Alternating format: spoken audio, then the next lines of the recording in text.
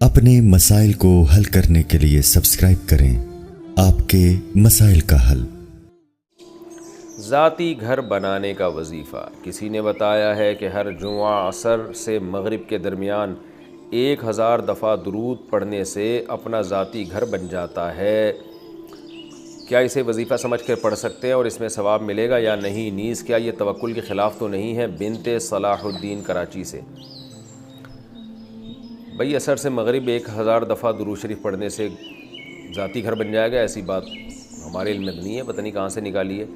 ویسے حدیث میں آتا ہے نبی صلی اللہ علیہ وسلم نے فرمایا کہ جمعہ کے دن مجھ پہ درود زیادہ پڑھا کرو، تو جمعہ کے دن درود شریف پڑھنے کی فضیلت عام دنوں سے بہرحال زیادہ ہے۔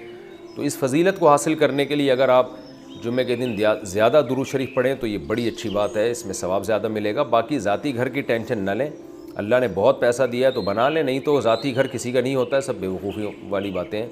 سارے گھر کرائے کے ہی ہوتے ہیں، جو اپنا گھر ہے وہ بھی کرائے کا ہے، اس سے بھی ایک دن جنازہ اٹھے گا، لاش نکل جائے گی اور پھر وارثین اس میں رہیں گے، پھر ان کے بھی جنازے نکلیں گے۔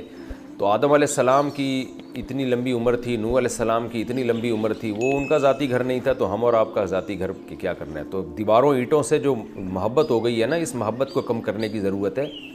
ذاتی گھر ہونا اتنا ضروری نہیں ہے جتنا گھر سے اور اینٹوں سے دیواروں سے محبت ہونا یہ بہت خطرناک ہے۔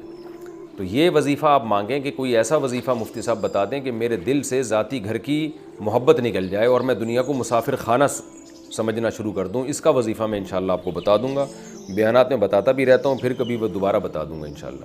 ایک وظیفہ تو یہ ہے کہ تسبیح لے کے 100 دفعہ یہ پڑھا کریں، میرا جنازہ اس گھر سے اٹھے گا، میں نے مرنا ہے، قبر میں جانا ہے، یہ مسافر خانہ ہے، یہ مسافر خانہ ہے، یہ مسافر خانہ ہے۔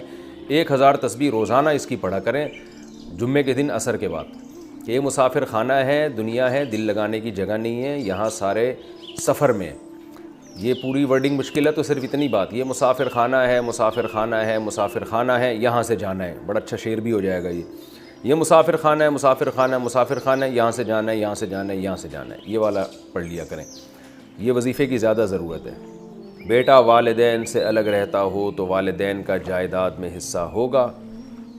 بیٹا ماں باپ سے الگ رہتا ہو، ماں باپ کی طرف سے اسے کوئی جائیداد نہ ملی ہو، بیٹے نے خود سے جائیداد وغیرہ بنائی ہو، اگر اس کا انتقال ہو جائے تو اس کی جائیداد میں اس کے ماں باپ کا حصہ ہوگا یا صرف بیوی اور بچوں کا ہوگا؟ اقبال صاحب کینیڈا سے۔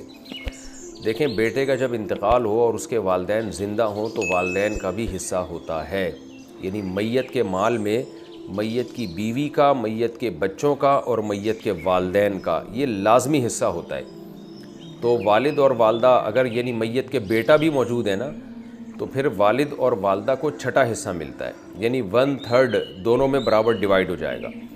تو باقی تفصیل تو جب آپ دنیا سے جائیں گے تو پھر آپ کے وارثین خود ہی پوچھ لیں گے، جی ابا کی جائیداد میں کس کو کتنا دیا جائے۔ ابھی تو آپ ماشاءاللہ زندہ ہیں، تو میں نے ایک سرسری سے جواب ابھی دے دیا ہے، لیکن یہ کہ اولاد کی وراثت میں والدین کا حصہ ہوتا ہے، بلکہ والد اگر نہیں ہے تو دادا کا حصہ بھی ہوتا ہے، اور والدہ اگر نہیں ہے تو نانی کا حصہ بھی ہوتا ہے، معذرت کے ساتھ۔